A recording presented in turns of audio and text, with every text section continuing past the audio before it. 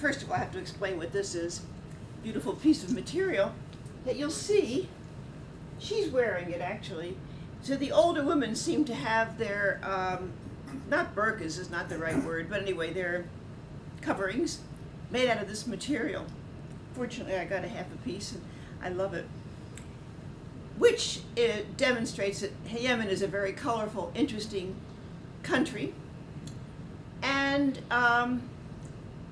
it's a coincidence that I'm presenting this today. Many of you, some of you may have seen it 3 years ago when I was contrasting Yemen and Oman. Do you remember it, Jim, or no? That was an interesting slideshow because they're such different countries and they're adjacent to each other. Oman's a very stable country, friendly, orderly, stable, Western oriented. And right next to it is Yemen, which is pretty chaotic and right now very unstable. And it happens that 3 years ago when I presented that slideshow, I mentioned there that the Houthis, the rebels, were amassing on the borders and in Sana'a, the capital, and they had given a 24-hour ultimatum that if the president didn't resign, they would march into Sana'a. Well, actually that happened the next day. So this is now the anniversary, 3 years, that this revolution has occurred. I didn't know that. I mean, it just happened by coincidence. So it's a very interesting follow-up. But my pictures are from 2009, when I was there, wherein things were much calmer. So I'll show you some of the pictures that have happened in the last 3 years. And that's one of the reasons I wanted to show it to you today, is because Yemen is now the scene of, I think, a proxy war between Iran and Saudi Arabia, or between us and Iran. And I'll try to explain to you what I have gleaned from the situation. Yemen was there 11,000 years before Christ, or something like that. So there's a very long and complicated history which I don't even begin to understand. But try to talk about the last 3 years and what's going on there. The music, did that sound familiar to anybody? Yeah, it's like Arabic music. Arabic music. But also Jewish music, I thought. Yeah, also. I mean, it could have been played in a synagogue or somewhere. They could have been singing it in Yiddish or Hebrew. And I don't think it's a coincidence because Jews lived there for many thousands of years, until fairly recently, many Jews. So, Ken is videotaping this, and he does this each time, and he puts them on YouTube.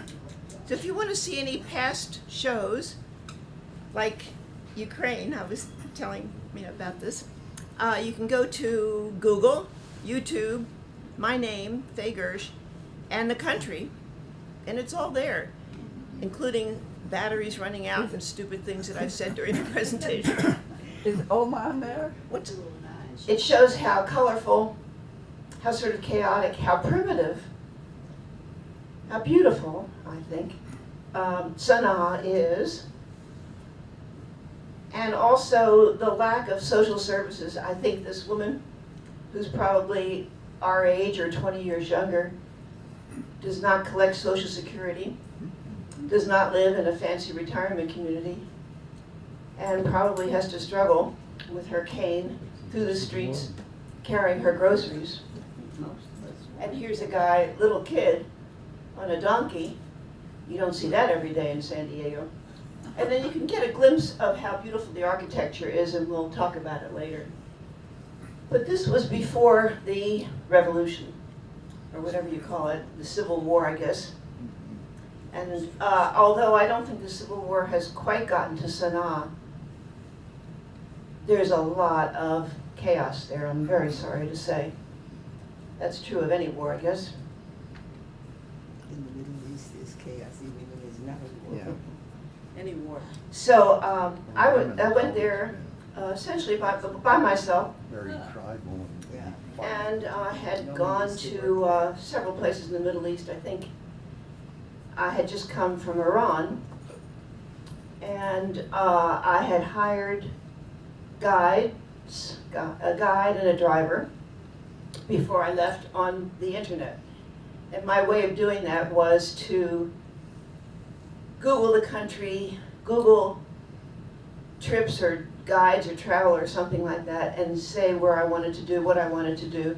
And anybody who answered me back in relatively good English and understood what I was saying, and that was very rare, I would hire. And so that's what happened here. So this was very early in the morning when I arrived at the airport, and I didn't see anybody who looked like they were looking for me, but there was somebody there. So whoops. Okay, so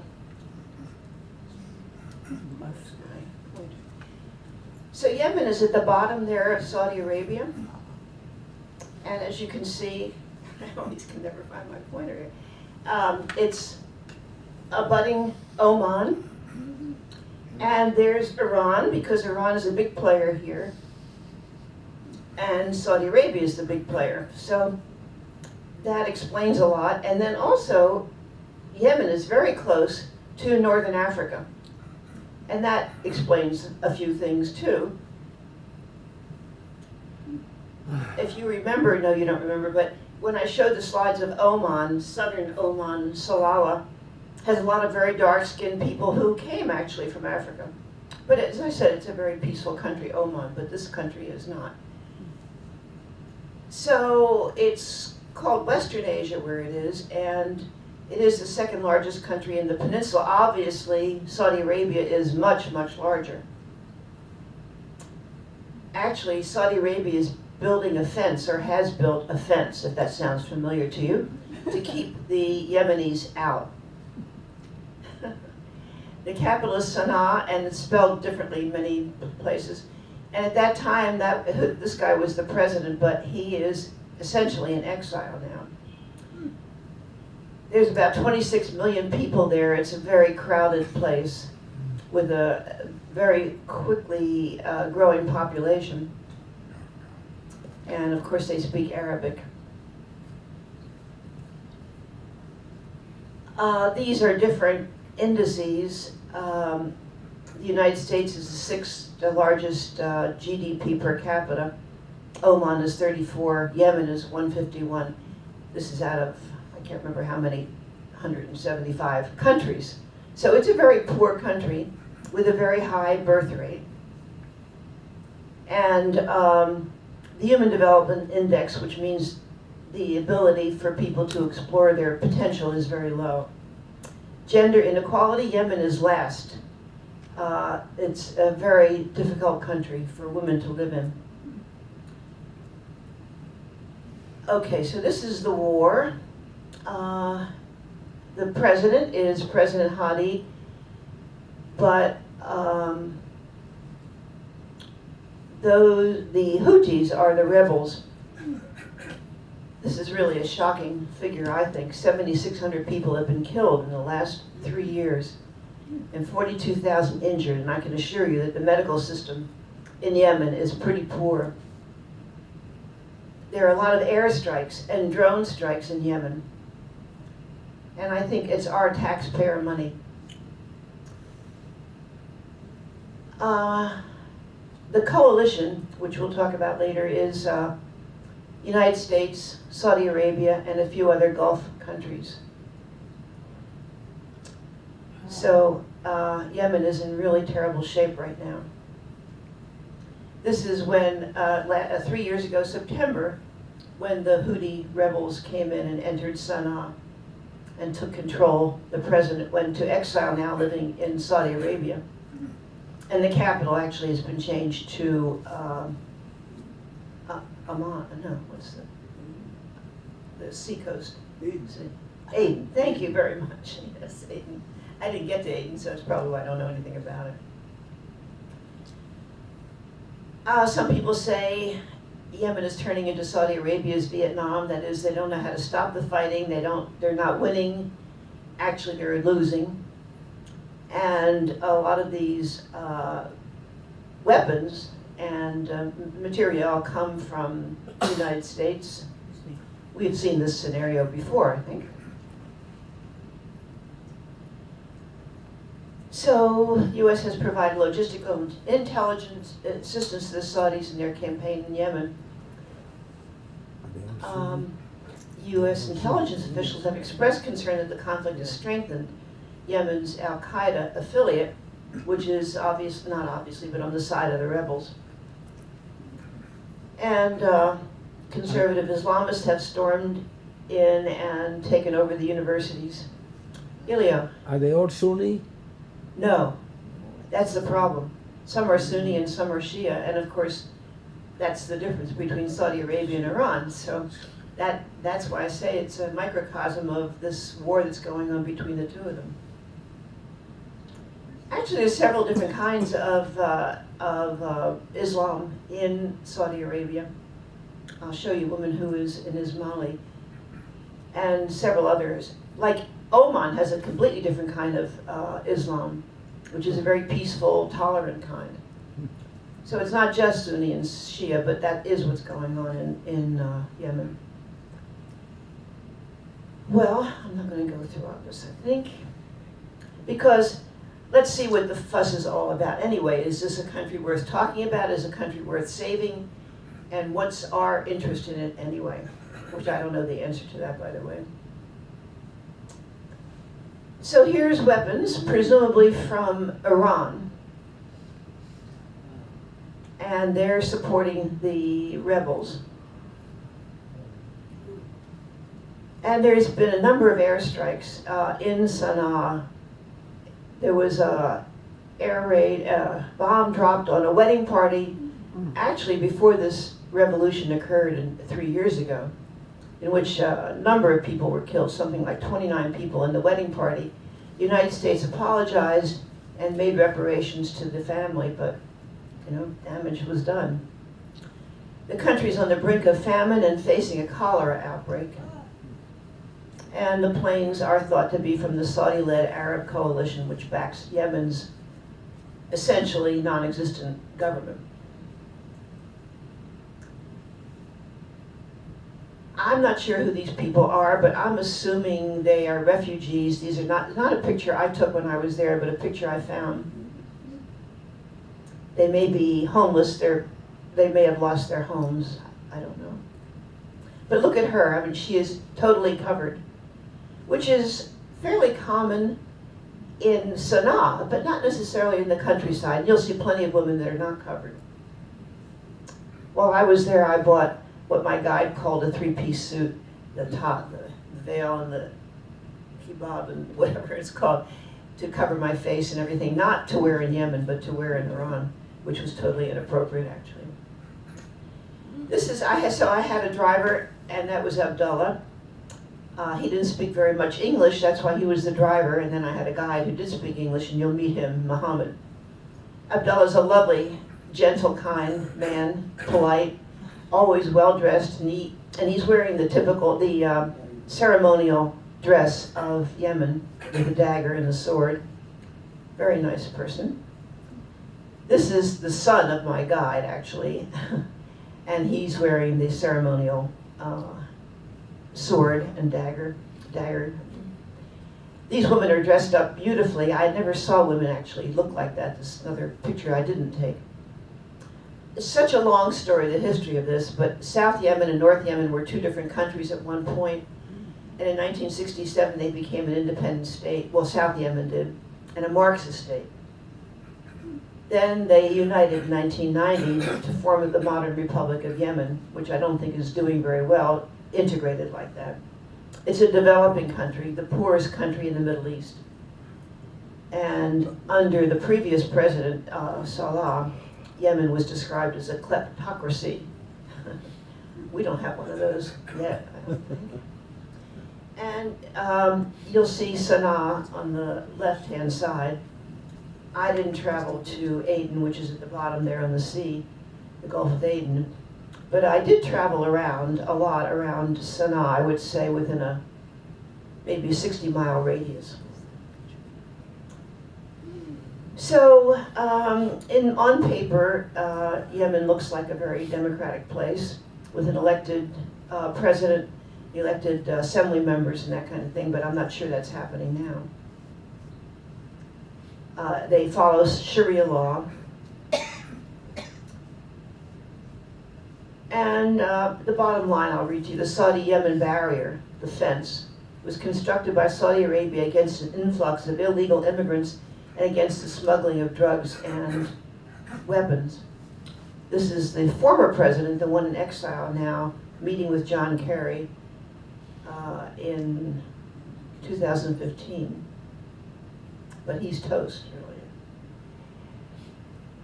So I don't want to go into the whole 3,000 years of history, but Christianity arrived in the 4th century AD, whereas Judaism and paganism were already clearly established.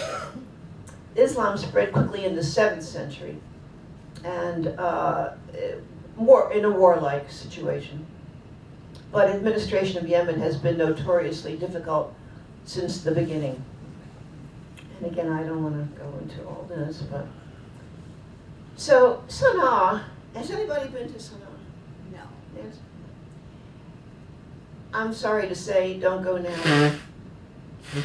It's one of these, I have this passion for traveling, and one of the reasons is I'm always worried that there's going to be a reason not to go to that place. Either I'm too decrepit, or the place has been banned, or has been destroyed, or there's some kind of horrible war going on there, and that's absolutely true now of Yemen. Don't go there. I think you can't go there. But it is one of the oldest continually inhabited cities in the world. You know another one? Damascus? Go there. Well, I don't know if you, yeah, you can go there. Wonderful city. And the other one is the capital of Iraq that we bombed so nicely. What was that? Tehran. Kabul? No, that was Tehran. Baghdad, thank you. Another continuously ancient inhabited city that we practically destroyed in our shock and awe campaign. So the whole city, old city of Sana'a, is a UNESCO World Heritage Site because of its unique architectural characteristic and the multi-story buildings decorated with geometric patterns. According to popular legend, it was founded by Shem, the son of Noah. This is the great mosque of Sana'a, a beautiful mosque. So now the capital's in Aden. And Yemen's territory includes more than 200 islands. The largest of these is Socotra. Anybody been there? Me either, but a friend of mine spent about a week there. And it's characterized by these things that look like Joshua trees. This is what The Guardian said. This is really another tragedy.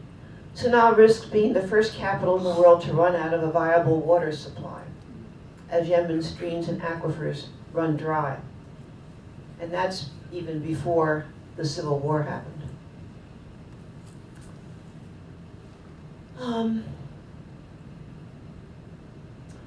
This is just an add-on here that homosexuality, not surprisingly, is illegal, punishable by death.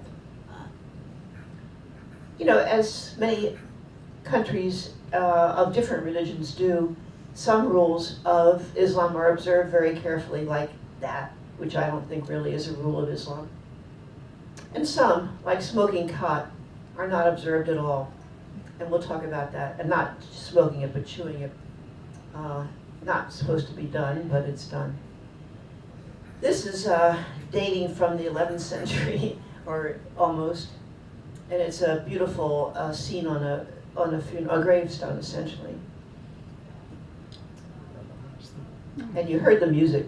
Music is a big part of Yemeni culture. Okay, that's what I'm trying to tell you. So the coalition includes, I guess, the UAE, Kuwait, Qatar, Bahrain, Jordan, Morocco, Sudan, Egypt, and Pakistan. And the United States is supposed to be assisting with intelligence, targeting, and logistics. I don't think that's quite true. Here's a beautiful painting, looks very Indian, of a 13th century slave market. They had slaves and they continue to have slaves. Okay, so as I was saying, I got to Sana'a early in the morning, about 4 o'clock in the morning, I was taken to my hotel by my guide and driver, and I was standing there registering when I heard this.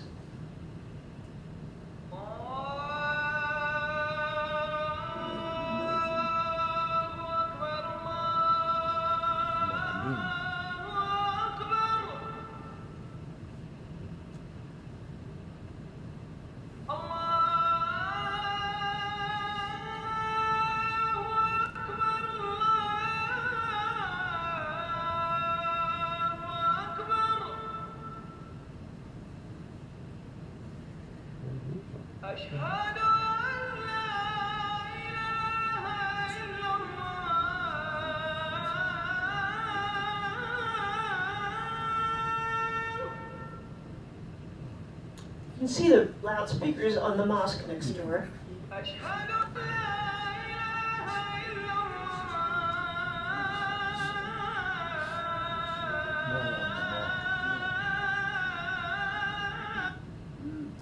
Of course, I've heard the call to prayer before. I had been living in Egypt and I was traveling around the Muslim world, but it was 4 o'clock in the morning.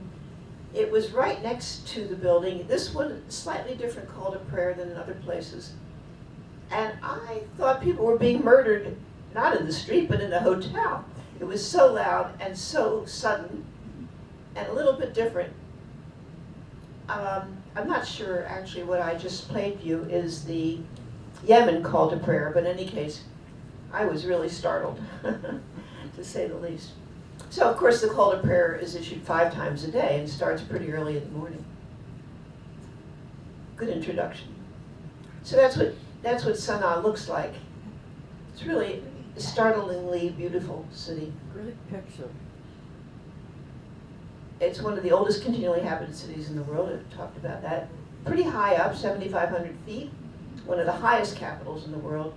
About 2 million people, making it Yemen's largest city. The population of Yemen is about 26 million. And as I said, it's a UNESCO World Heritage Site. These multi-story buildings decorated with geometric patterns made of limestone are not hotels and they're not apartment houses. They're single-family dwellings, but as people get married and bring their wives to the family, another floor is added on. So it's one family that lives there. But the hotel that I had read about that I made my reservation was a charming 3 or 4 story building, right in the middle of everything. Really wonderful, with all kinds of interesting people from all over the world there. Not that many, maybe 30 guests. This is some of the cut glass work, some of the pottery that was in the hotel. The typical decoration. And this is a little patio on top where you could get a wonderful view of the city and have a little snack I love it. and meet other people from around the world. This is not my guide, but this is a man who was in the hotel, and that's his dress outfit. And this is school children wearing their required covering. I don't know as much about what happens to young women in Yemen as I would like to. These women look like they were getting an education, but many other young girls, as you'll see, don't. So Sana'a contains more than 100 mosques, 12 baths, hammams, and 6,500 houses. Many of the houses resemble ancient skyscrapers, reaching several stories high and topped with flat roofs. So what you're looking at is houses where people live. This building on the left is quite remarkable. And these are old buildings, so you have to wonder how they ever made such things. This is the Salah Mosque in Yemen, in Sana'a, which holds 40,000 people. There are an amazing number of mosques in capitals in the Arab world. This has nothing to do with this, although it looks like a rocket launcher, but that's just a minaret. But Yemen has the second largest military force after Saudi Arabia. So that's going to be very interesting to see when that ever ends. This is the market, right in the middle, famous market. All outdoors, all very chaotic and fun. And you can see the women are covered completely. I asked my guide, how do you tell one woman from the other? And he said, the smell. No, that's not true. So the population, because the average number of children per woman is somewhere between 4.5 and 6.5. So it was 55,000 people in 1978. Now it's 2 million people, partly due to the birth rate and partly because people are coming in from the countryside.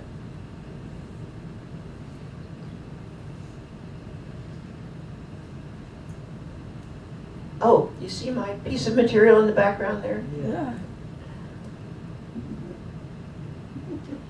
This material is not at all transparent. I can't see through it. But some of them seem to have transparent, like, not transparent, but materials that they can see through. You'll see. Amazing work on these buildings, just amazing. And throughout the country, actually. Well, again, I didn't. Nobody seems to care that this little girl is wheeling this heavy wheelbarrow. I thought it was pretty shameful myself. In fact, those men behind there seem to be leering at her. She's actually of marriageable age. Well, maybe not, but. So there's people sitting on the ground selling their wares. Bargaining is very good here. This is a cot deal going on. You see the money in the background. He's shaking hands on the deal. Oh, what happened to the cot deal? Well, you'll see more about cot later. More scenes of Sana'a.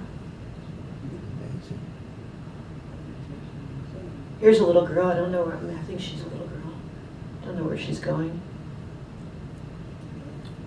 Some beautiful woodwork, and the doors are locked. There's my piece of material, more or less. The streets are very narrow. The men, of course, go wherever they want, wherever they want. The women are all bundled up like this.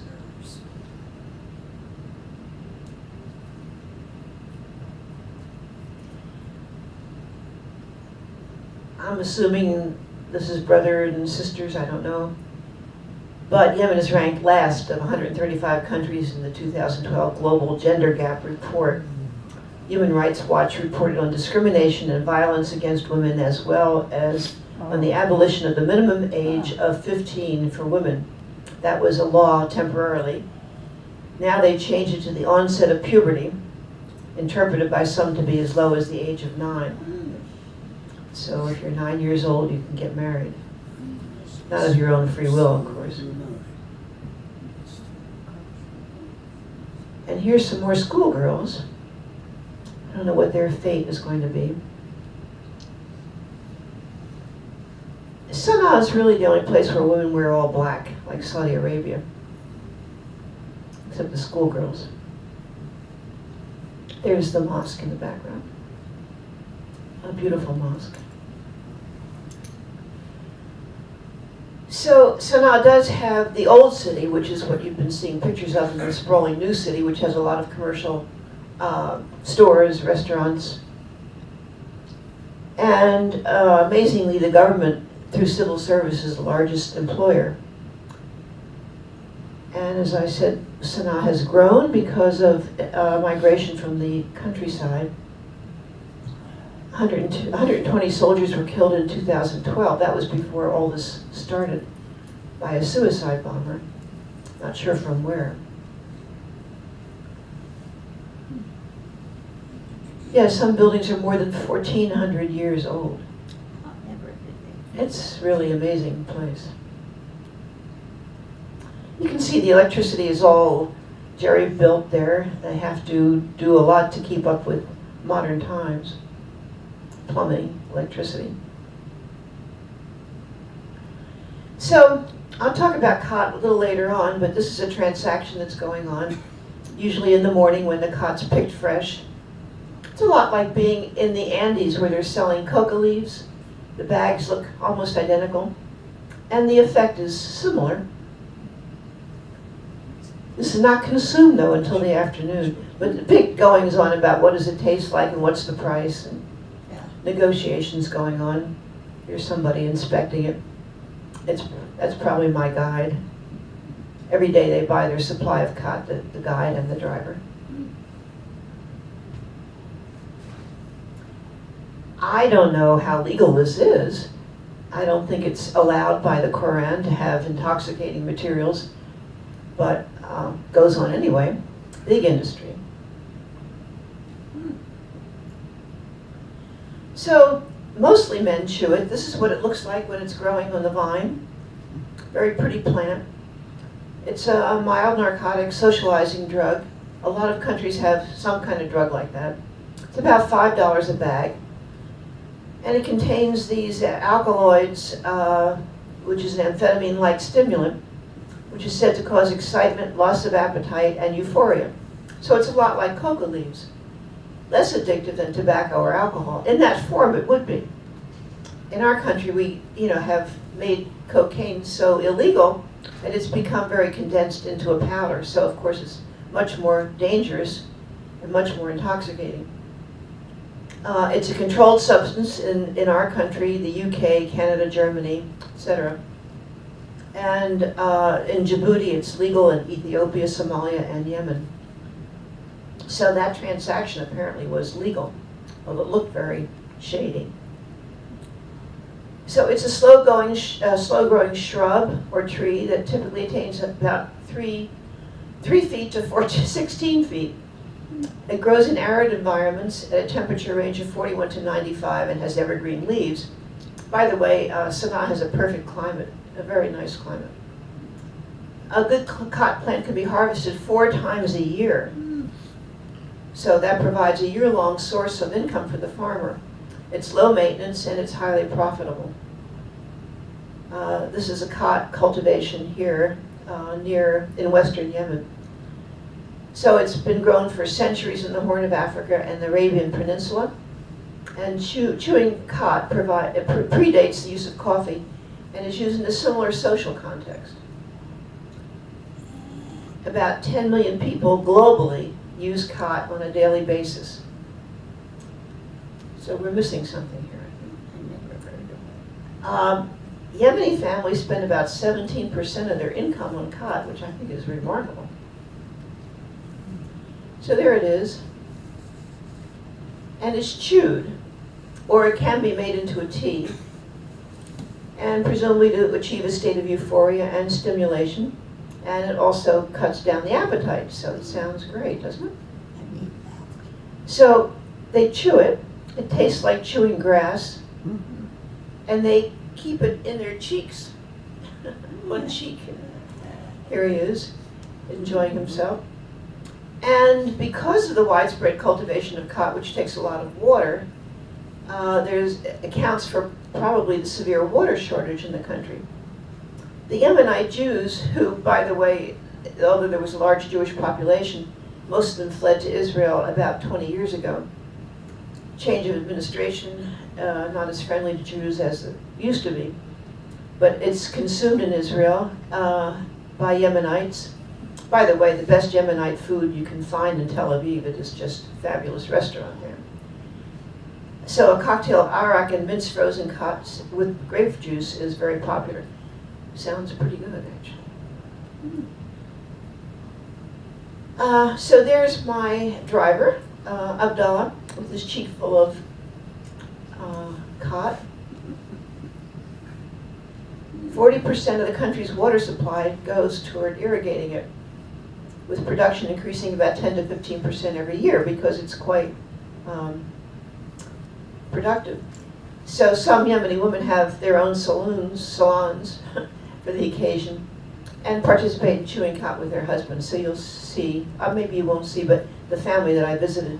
Here's Abdullah getting his morning supply of cot. These are the tower houses. Here he is chewing it. See, you can see it in his cheek. We, out in the countryside, this is a little out of order here, but we stopped at a hotel, and at night there was entertainment. I'll tell you this sort of long story in a short version. We got there about 2 o'clock in the afternoon, and Abdullah and Muhammad saw me to my room and then disappeared, and I didn't know where they were. I assumed they were with the other drivers and guides, chewing khat. So I left the hotel and walked around, and about 4:30, I guess, I saw an open door, tables were set, and so I went in, and people kept coming in, sitting at the tables, people from Westerners, from around the world. I sat with some very interesting people. I can't remember where they were from. And then the dancing started, and the food started, and it was really great fun. This is one of the dancers. And all of a sudden I saw Muhammad at the door, my guide, saying, "Get over here." And he looked really angry. And what happened apparently was I wandered out of the hotel into another hotel. And Westerners are not supposed to be doing that. It's dangerous, I guess. And so he was desperately looking for me, although nobody really knew who I was, where I was, because I didn't check in at the American Embassy. But anyway, he was concerned, and when he found me there and realized I was in the wrong hotel, he was really angry. But it was great fun while it lasted. This is part of the paraphernalia for the dagger. Oh, here we are back in Sana'a. There's my material again.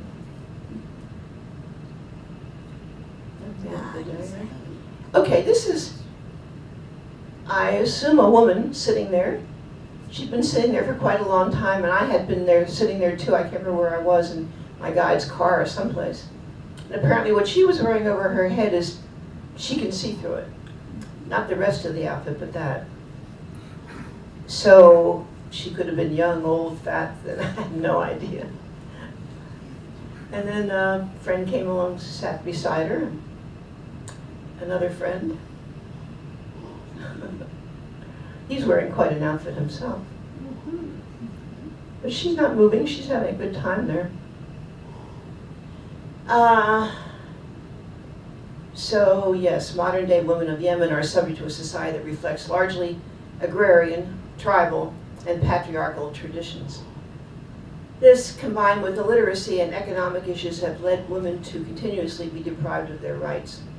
Yemeni men can divorce their wives at any time without justification, which is true in a lot of the Arab countries.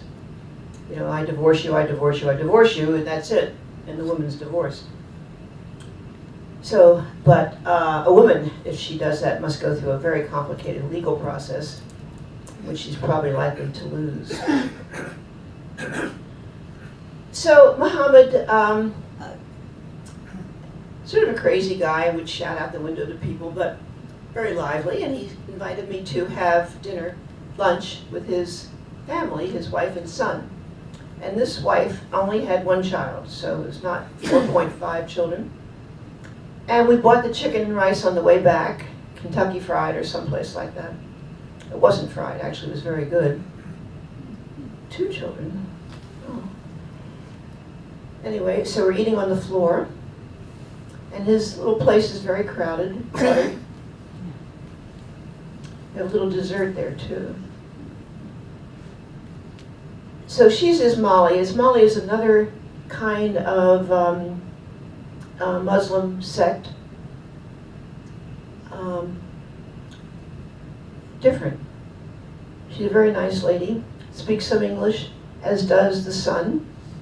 I said 2 children, but I don't remember another child.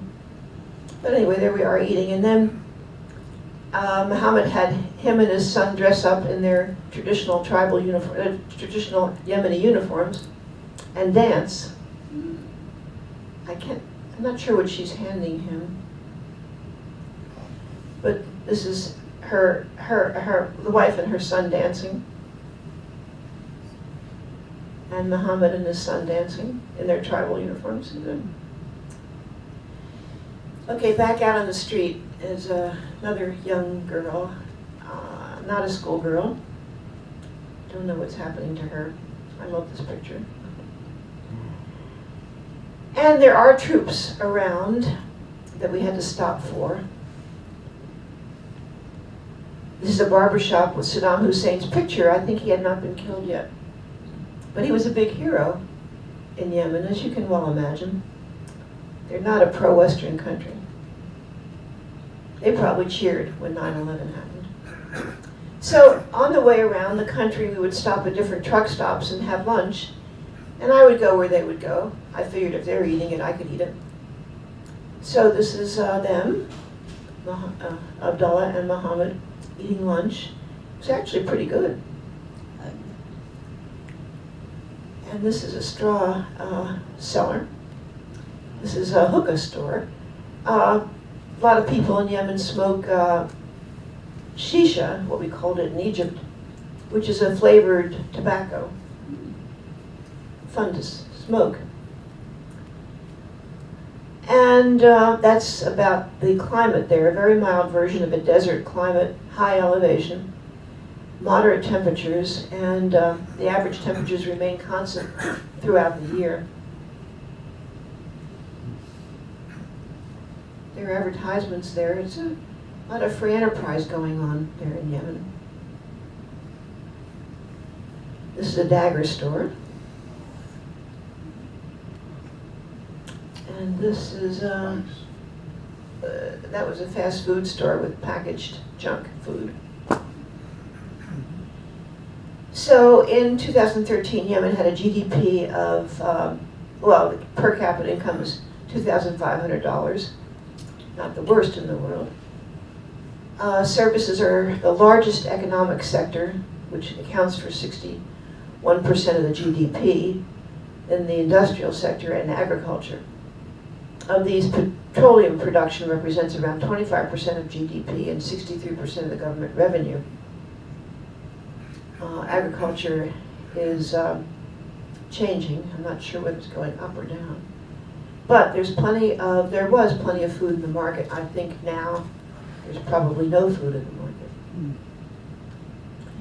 This Center for Arabic Language and Eastern Studies, I had looked into that before when I thought really, when I was in Egypt, I had learned a little bit of Arabic, and I thought this would really be fun to learn Arabic. I really enjoyed speaking it. And I knew that this center was there. And then I read later that a lot of terrorists are sent, well, domestic terrorists, ours terrorists, are sent there to learn Arabic. It would have been very interesting. The State Department would not have liked it. This is the dining room of my hotel. Beautiful place.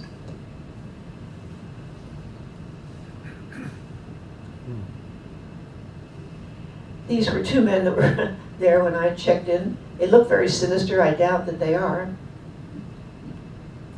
This is a slide that I showed 3 years ago when the Houthis were on the border of Sana'a and had given an ultimatum to cut the fuel prices and dissolve the government or face a rerun of the 2011 revolution that unseated his predecessor. That must have been something. I thank goodness wasn't there for that one. But that was 3 years ago, almost to the day. And of course, then the Houthis did come into Sana'a and take over the capital. And Al-Qaeda is present there somewhere. This looks like an ISIS group. And this is the drone strike I mentioned in the wedding. So the Yemeni government paid the families of those killed or injured in a U.S. drone strike last year more than $1 million. Of course, Yemen doesn't have that kind of money, so that was our money.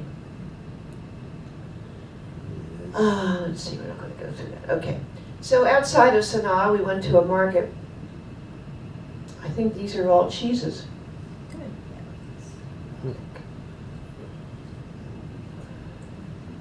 It's very loose there. Probably not the most sanitary conditions in the world. Here's a hunk of meat. Not pork, of course.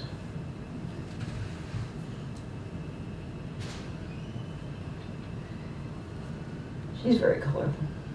So you can see in the countryside, women are not required to cover themselves.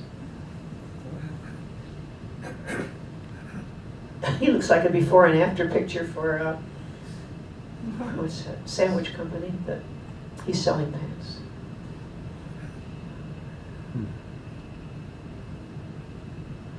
I think a lot of their ready-made clothes come from China, I would imagine. Are any of the women selling clothes or anything? Yeah. Men and women there in the market. Yeah. Beautiful donkeys.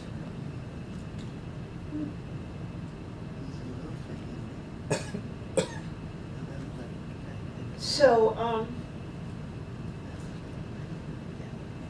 the Yemeni army displaced us was in 2009. Oh, that's when I was there. That's when Al-Qaeda was being formed. Anyway, they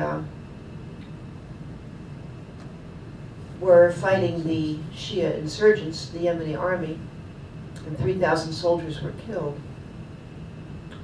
So, You have that's it wrong. right. Saudi Arabia does not support the Shias. Yeah. No, that's wrong. So, we've been very busy there. Okay. Too complicated for me to totally understand this. This is their normal culture, which is pretty complicated in itself. The men wear sort of sarongs.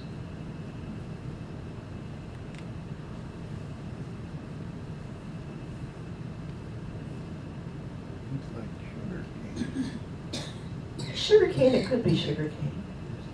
It could be cotton. No, it couldn't be cotton. That's picked like tea leaves are picked.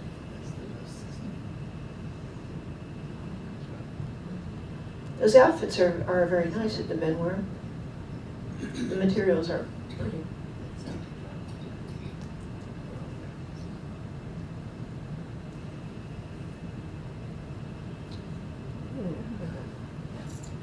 So Sharia law, I think we talked about that. Okay.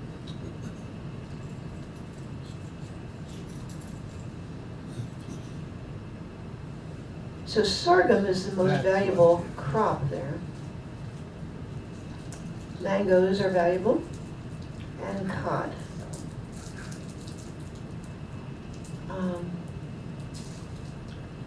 Trying to think what this tree might be. Can't think of it right now, but.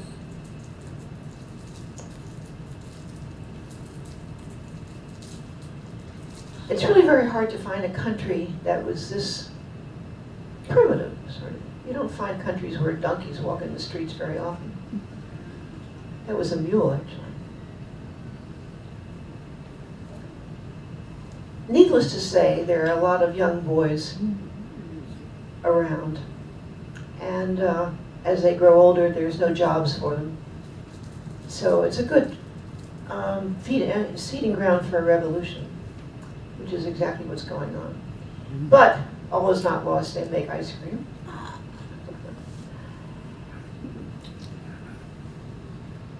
He's pushing a wheel, I think grinding grain, I think.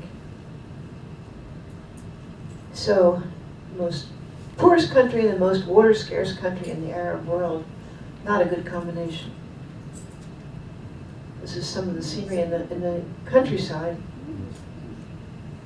There were a lot of wars in Yemen, history of thousands of years of wars, so this is some kind of citadel.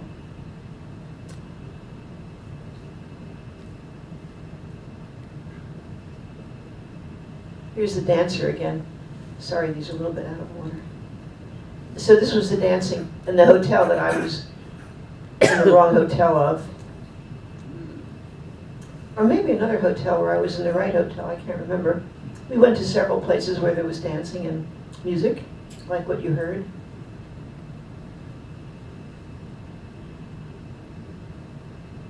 I didn't have my iPhone with video then. You can see all these nice people sitting around the edge, Westerners. It was very interesting to talk to them. Music was good. So they find Westerners and dance with them.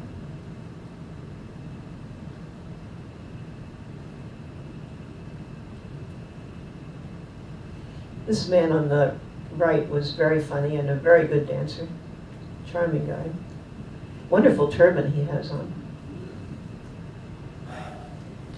And this is a woman, a tourist who had her hands done, hennaed. Good heavens. So you have to imagine the music that you just heard coming out of these instruments. Next time I'll take my iPhone. So here's a bunch of women. She actually won the Nobel Prize for being a women's advocate. She was a journalist, a politician, and a member of this political party, and a human rights activist. She leads the group Women Journalists Without Chains, married and has 3 children, stopped covering her face and more colorful hijabs. And she first appeared without covering her face at a conference in 2004. So her point is that the full covering is cultural and not dictated by Islam. And I've heard that a lot. There's nothing in the Quran that requires women to cover their face or even their bodies.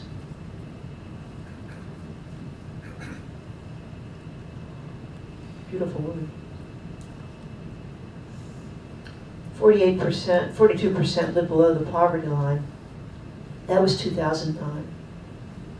Heavens knows. 73% of boys were enrolled in primary school and only 30% of girls. So those girls you saw were rare. Women grossly underrepresented in Yemeni politics. The number of women in parliament has fallen from 11 to only 1. No legislation there protects their freedom to make their own decisions with regards to health or birth control, reproductive rights. So women are controlled by their families or their husbands. Genital mutilation is practiced, even though it's banned. Women marry at a young age, and the state decides whether, or the family decides whether a girl marries or not. Child rape under the guise of marriage, it was called, but it still goes on. Most Yemeni girls are married before they reach puberty.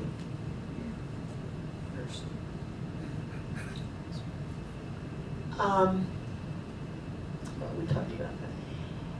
I was walking along, as I'm not supposed to do, and these girls came up to me. Now, she could be the mother of these girls, or she could be one of the family, or I have no idea.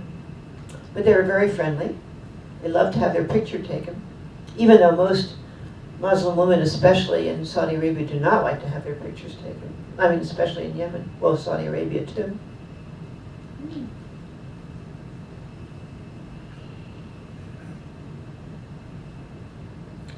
These little cities are pretty desolate and not very well maintained. Mosque.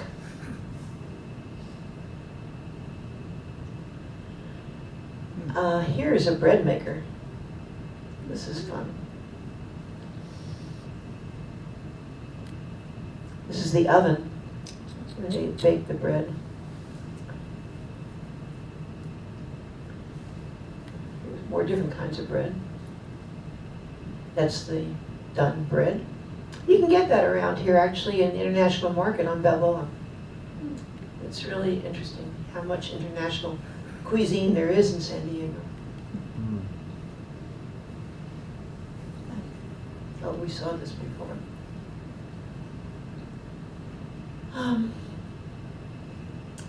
Nice little kid. Probably his father in uniform. This is a cot chewing session. I think this was in the hotel when I was looking for my guide and driver.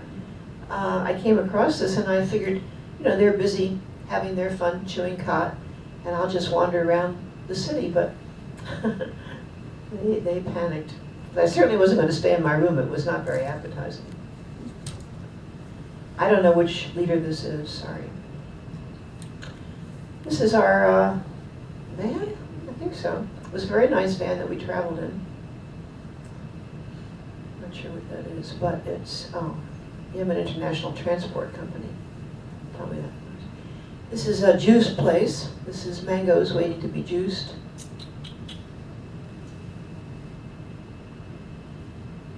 You see this all over the world. Plastic bags blown into the shrubs.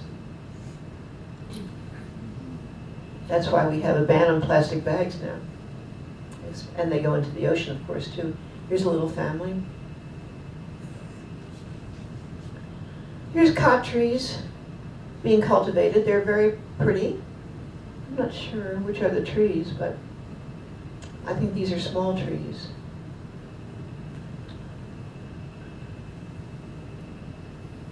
This is, I think, the new president. Here's this guy selling baskets. One of my favorite pictures. And he's got a picture of Saddam Hussein hanging on his wall in the back, too.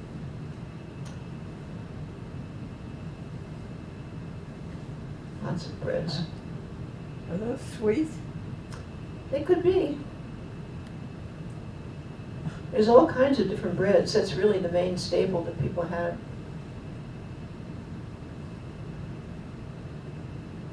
Like beans. Beans, yes, lots of beans. Lots of bananas. I think they actually grow in Yemen, I'm not sure. So women's heads are very handy. It's good for your posture. Pottery. Another mosque.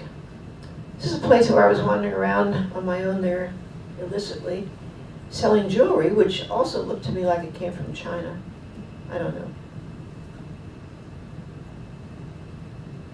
There's a nice Yemeni outfit.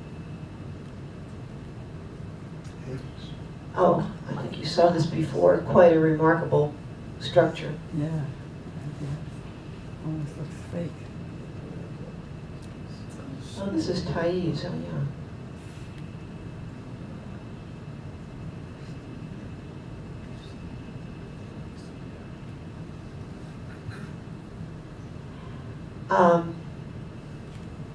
In one of these places, I stayed in a hotel, and Muhammad and Abdullah stayed somewhere else, and so I was there by myself. I had dinner, and then I had breakfast the next morning, and they weren't there yet, so I decided to walk around. And so as I was walking out of the hotel, as I was wont to do, they stopped me, the people at the desk, very nicely, and said, "We will supply a policeman for you as you walk around."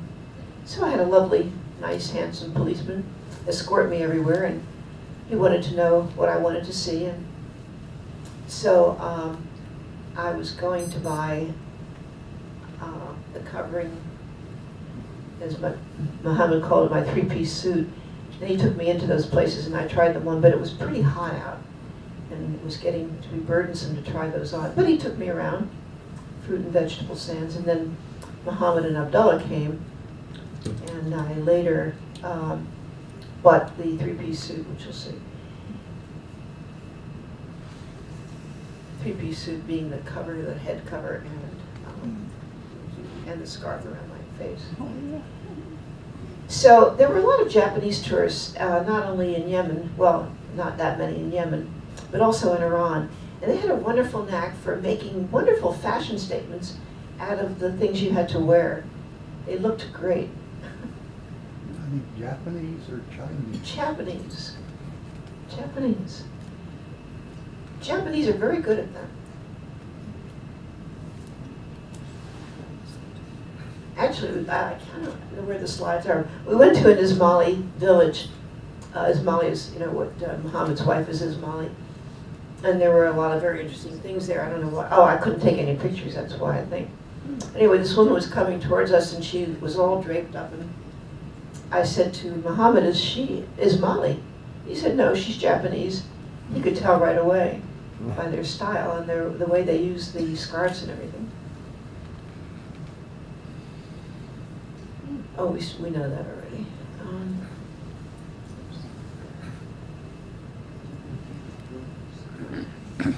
The bank. Soccer. I think goat food is okay. I think these are Yemeni women, not Japanese.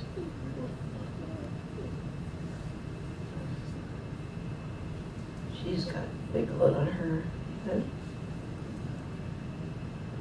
And you can get the impression from this that things are very chaotic. That's the impression I had.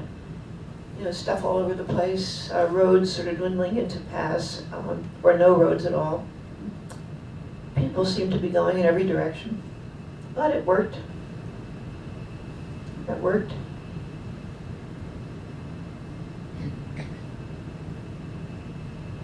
I think these might be cut trees, I'm not sure.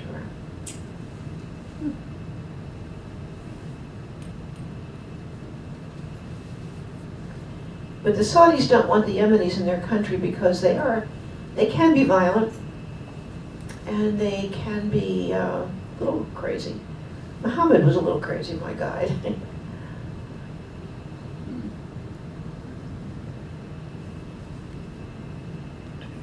Now he's all dressed up, I have no idea why.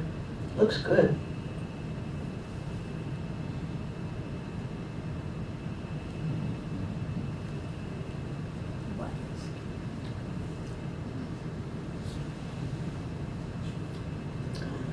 Fortifications from ancient battles.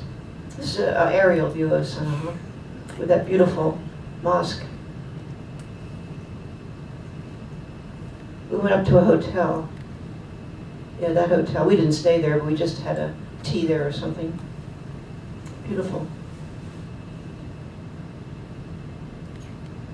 Aerial view from there. There's Abdullah. Always look nice. It's easy to draw a crowd there. You have to wonder what these kids are going to be. Well, this was 3 years ago, what they're going to be in 5 years from now. I don't think there's going to be much work for them. And the government that was paying a lot of people just to essentially do nothing, probably, I don't know. But these are future rebels, I think. Right now they look like they're up to no good, but all little boys look that way. There they are, my guys. This little girl was coming down the steps of the hotel. I don't know anything about her, except that she looks very upper class and she looks like she could be educated, and she was very beautiful and serene looking. There's equipment.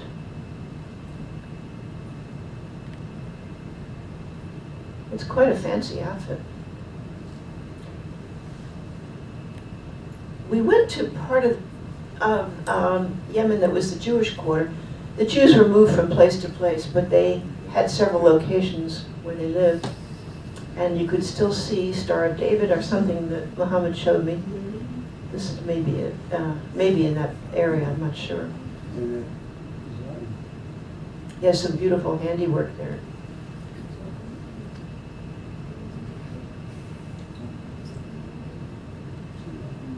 Handwork, not handiwork. Butcher shop.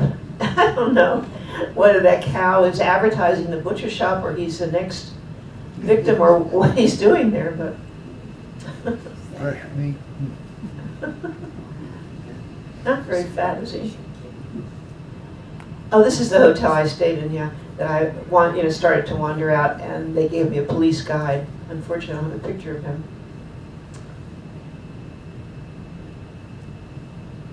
This is what wandering out really means, when you wander through the streets. See these interesting people. Much more interesting than just all black coverings. Very colorful. So again, I don't know whether this is her baby or her sister or what this is, but they were very friendly. They wanted their pictures taken.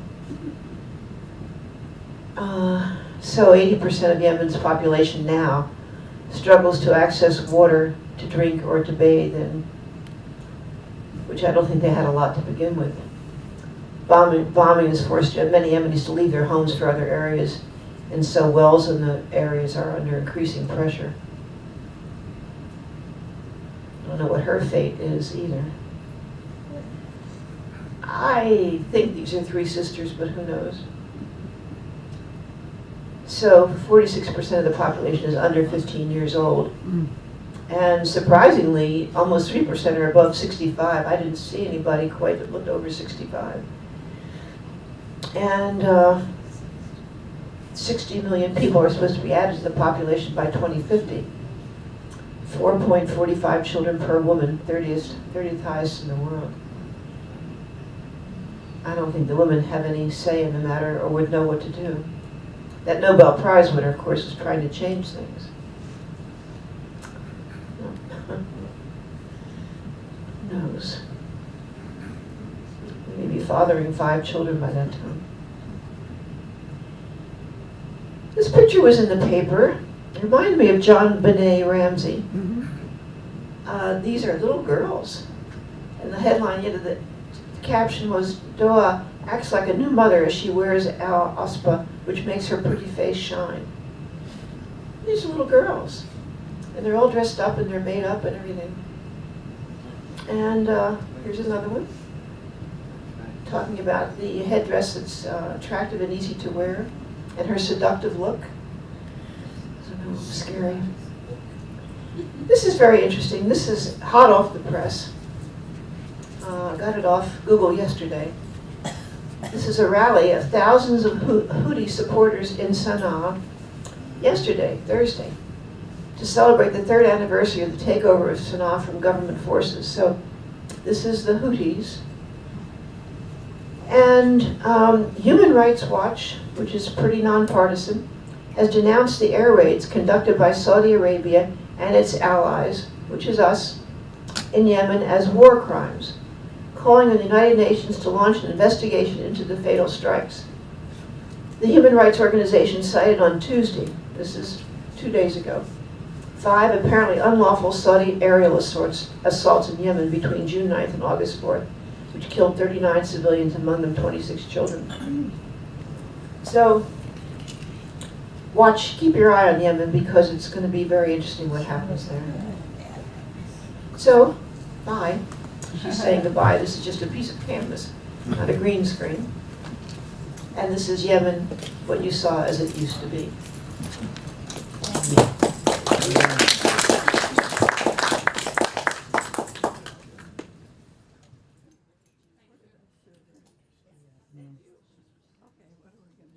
Ready?